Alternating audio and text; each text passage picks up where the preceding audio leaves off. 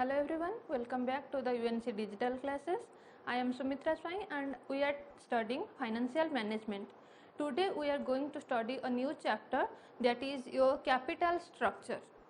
So in financial management, in all previous videos we have studied about capital budgeting, we have studied about cost of capital, and now we are going to study about capital structure. When we were studying about the capital budgeting, in that chapter we called it that it is a chapter of your project appraisal. Means there a financial manager have to choose that if there are two projects, project A and project B, or project C or project D, then which project we have to choose, or if we should invest our money in any of the project or not. That was we have studied in the chapter of your capital budgeting or project appraisal. Then we studied that okay, we have decided that in the project B we have to invest our money, but from where we have to raise our fund, and if we are going to invest money, then to collect that money, what will be the cost to the company, that we have studied in the chapter of cost of capital. In the chapter of capital structure, we have to organize the capital. Means if we have collected our money, we have already studied that in cost of capital there are four sources from where we can collect our money or raise our funds. Yes or no? If that is a composite form of capital raising form, then how to organize or how to structureize the capital, that is known as your capital structure. So the definition says that as per Jerensdenberg, capital structure of a company refers to the composition or makeup of its capitalization. What is a capitalization? Capitalization means to start a project or to invest money, what is the total amount of money we are required. Okay, if to start a project I need 15 lakh rupees, then this total 15 lakh rupees is my capitalization, and it includes, means capital structure includes all the long term capital resources. I have already told you that there are two type of sources. One can be your long term capital, another can be your short term capital. If it is long term, the long term capital can be, we can say, more than 1 year. Okay, when we are having or issuing money for more than 1 year purpose, then that is your long term. But if we are borrowing money or funds and we are going to pay them back within 1 year, then it will be your short term fund. Okay, it is your short term fund, means when it is less than 1 year. Why 1 year is important? Because the most important thing that we are calculating our profit or loss from a period starting from the financial year to end of, that can be 31st March. Okay, the period is 1st April to 31st March, and we called it as a financial year. Okay, so this 1 year is very much important. If within one period we are borrowing and paying them back, then it is your short term, but if it is more than 1 year, it will be your long term capital resources. So what can be your long term resources? That can be loan, means you can say it as your debt, reserve, retained earning, shares, equity shares, and bond. Okay, so you can say that all the four sources we have already studied in the cost of capital chapter is going to be only structurized here. So this is your chapter of capital structure. So in capital structure there can be any form or types of capital structure. Okay, so we are going to study about various forms of capital structure. See, if this is your house land, okay, this is the property or land which you have bought for making a house, then you have decided that this portion will be your garden, this portion will be your kitchen, this portion will be your temple, anything. You just structureize these things. Yes or no? Then these things we will imply it in our company, or these small parts, if it is our capital, then it is your capital structure. So likewise there are different forms of capital structure which it can be only equity share, equity shares only. It can be your equity share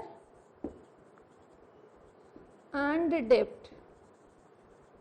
Okay, the third can be your equity share, ES for equity share, and preference share. And the fourth can be equity share and preference share and debt. If you will mark, you will see that all the four firms have equity share in it. Yes or no? Because without a owner, a organization cannot be started. So if there will be no owner, then how, from where we will collect the equity share? Yes or no? So equity share is must. Then you have to decide if you have to raise extra money from debt or from preference share or from both preference share and debt. These things you have to decide, means from where you have to collect or not. But equity share is for sure.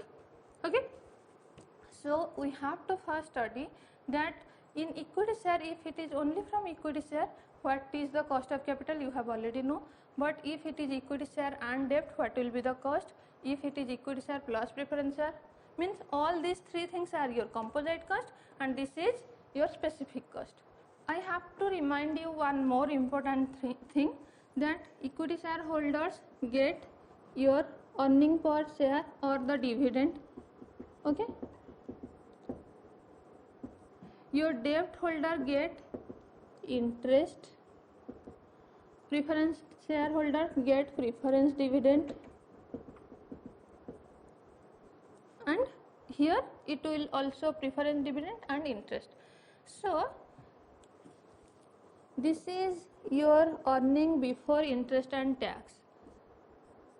Okay, from here we have to first calculate your interest, whether you earn a profit or not. That is immaterial for a company's perspective, that if you have raised your fund from equity share and debt, then for sure you have to pay interest. So whenever the financial year will come to an end, then the EBIT will be earned. So from this EBIT you have to calculate or deduct your interest. This is your interest.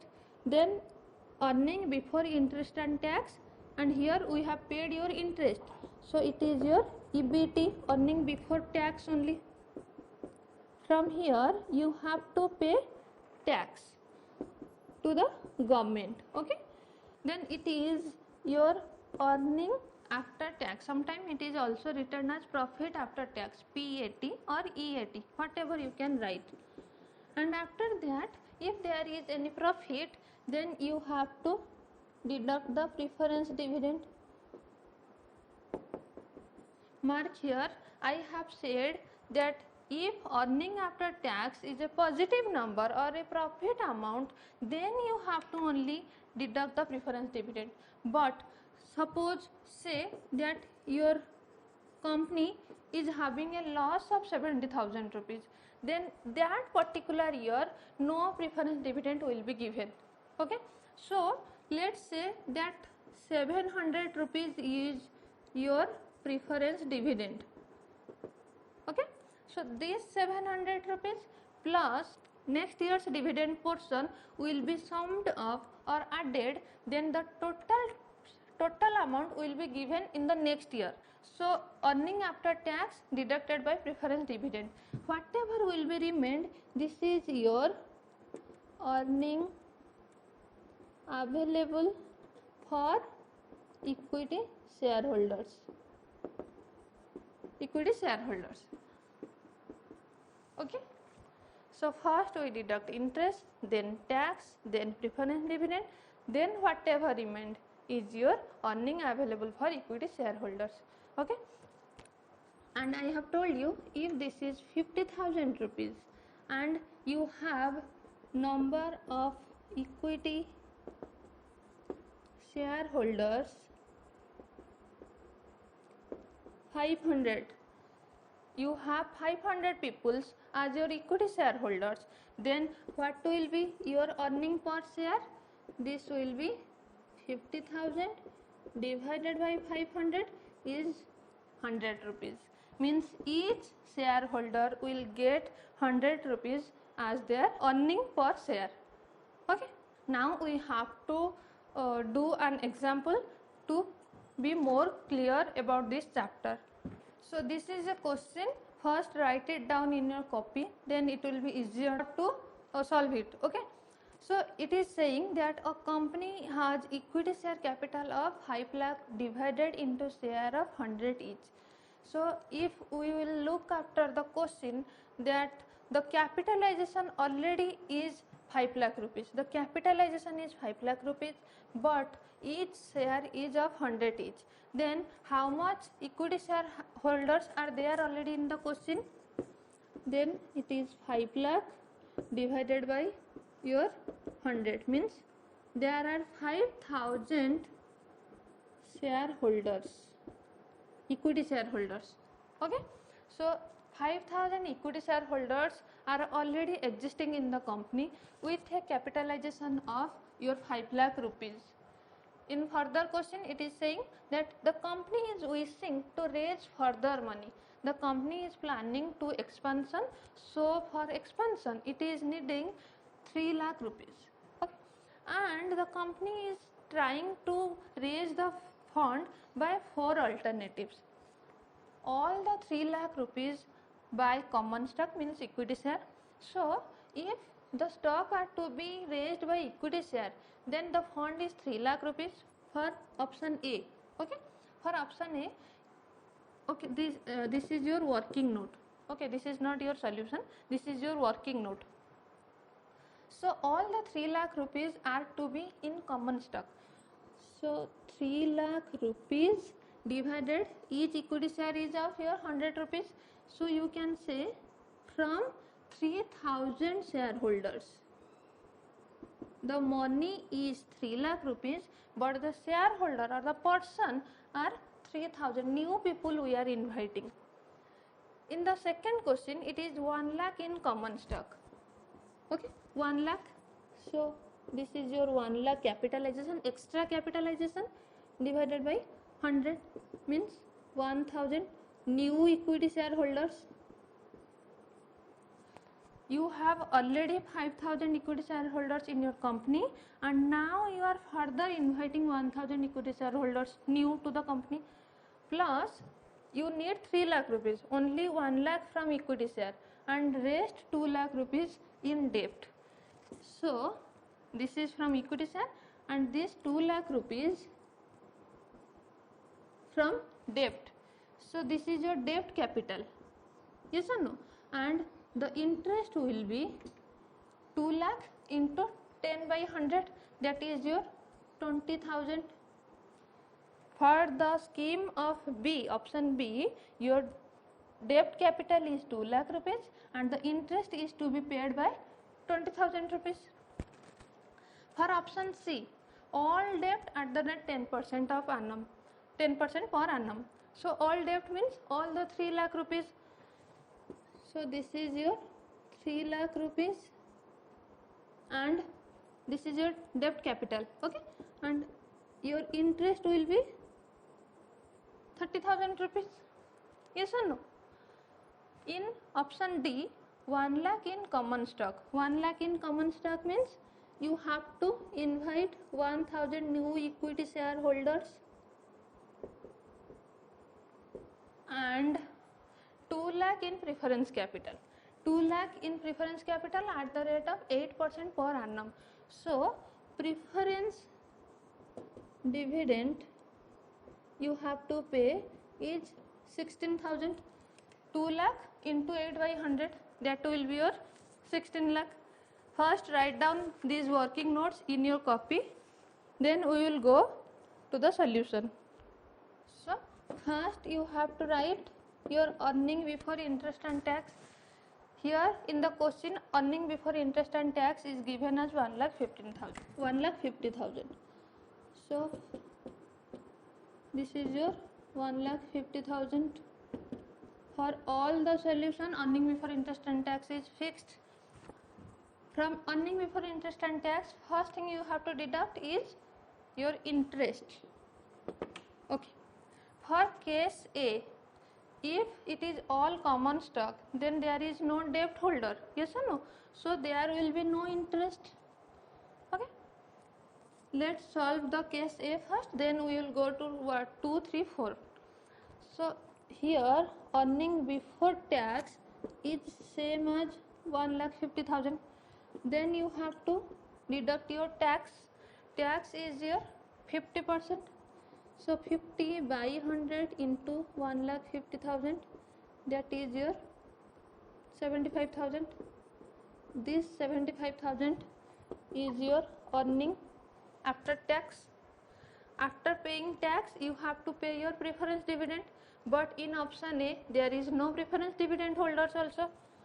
So preference dividend will be 0. Here earning available for equity shareholders is same as 75,000 rupees. Now number of equity shareholder. How many equity shareholders are there? From the beginning or the existing capitalization there were 5,000, and in the new stock means 3 lakh there are 3,000. From the existing it was 5,000, in the new capitalization or raising it is 3,000. So all total it is your 8,000. So number of equity shareholders is your 8,000. So you can say your earning per share is equal to 75,000 divided by 8,000 is equal to your 9.375 rupees. Okay. So likewise we have to calculate for plan 2, plan 3 and plan 4. In plan B, as there are 2 lakh rupees in debt, so you have to pay your interest. So in interest for plan B, your amount of 20,000 rupees is to be deducted. So 1,50,000 minus 20,000, that is your 1,30,000 rupees. After that you have to pay your tax. Tax is 50%. So 1,30,000 into 50%, that will be your 65,000. Remaining 65,000 is your earning after tax. After that we have to calculate the preference dividend, but in plan 2 there is no preference shareholders, so preference shareholder will be nil. This will be same as your 65,000 rupees. After that this 65,000 rupees are to be divided by equity shareholders. In plan 2, mark here, already existing shareholders were 5,000 rupees. 5,000 shareholders existing, and in plan 2 only 1 lakh common stock, means from here you have got 1,000 new equity shareholders. So 5,000 plus 1,000, this is your 6,000. So your equity shareholders are 6,000. Then your earning per share will be 65,000 divided by 6,000.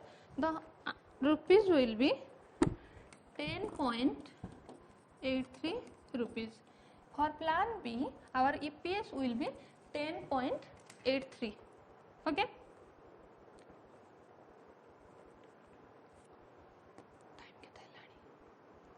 In option C, all debt at 10% per annum. So all debt means 3 lakh. 3 lakh into 10 by 100, that is your 30,000. The interest will be 30,000. Your earning before tax will be your 1,20,000.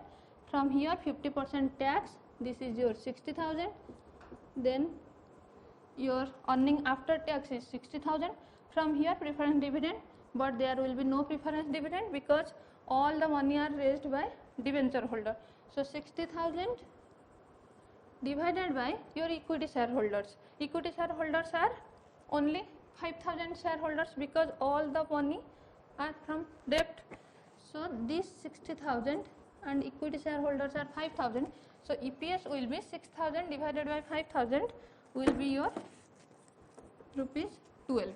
So for option C, your EPS will be 12 rupees.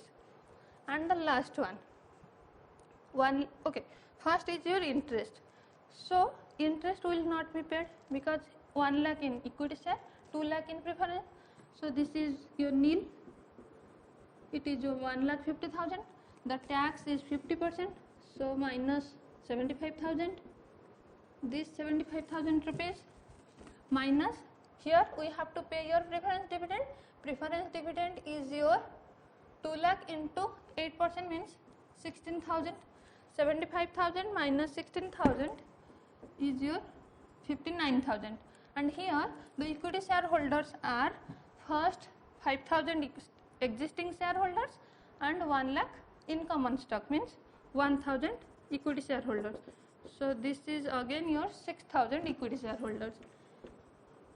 So earning per share will be 59,000 divided by 6,000. This is your 9.83 rupees. Okay. You have to calculate like this way. First EBIT deducted by interest, then you will get your EBT. From that you have to deduct your tax. From there you will get your earning after tax. After that you have to deduct your preference dividend. Whatever will be remained, that will be the earning for equity shareholders.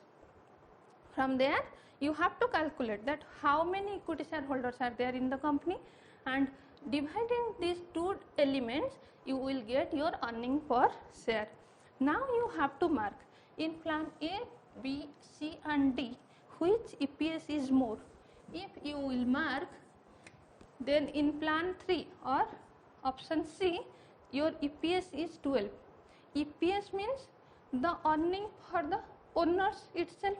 So obviously we will try to get a maximum return. So if this is the higher EPS, then you can conclude by writing a conclusion note. That a conclusion note you have to write. If you can't write all these things, you can simply write, if the EPS is higher in plan 3, then the financial manager will choose to raise the capital from plan C.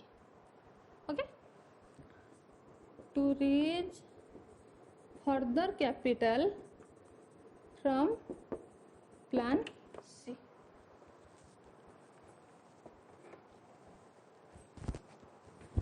This is for today's class. Just go through the problem and the solution. Always write the conclusion part and revise it more time. Okay, and if you have any doubt, you can write it in the comment box. Thank you for watching.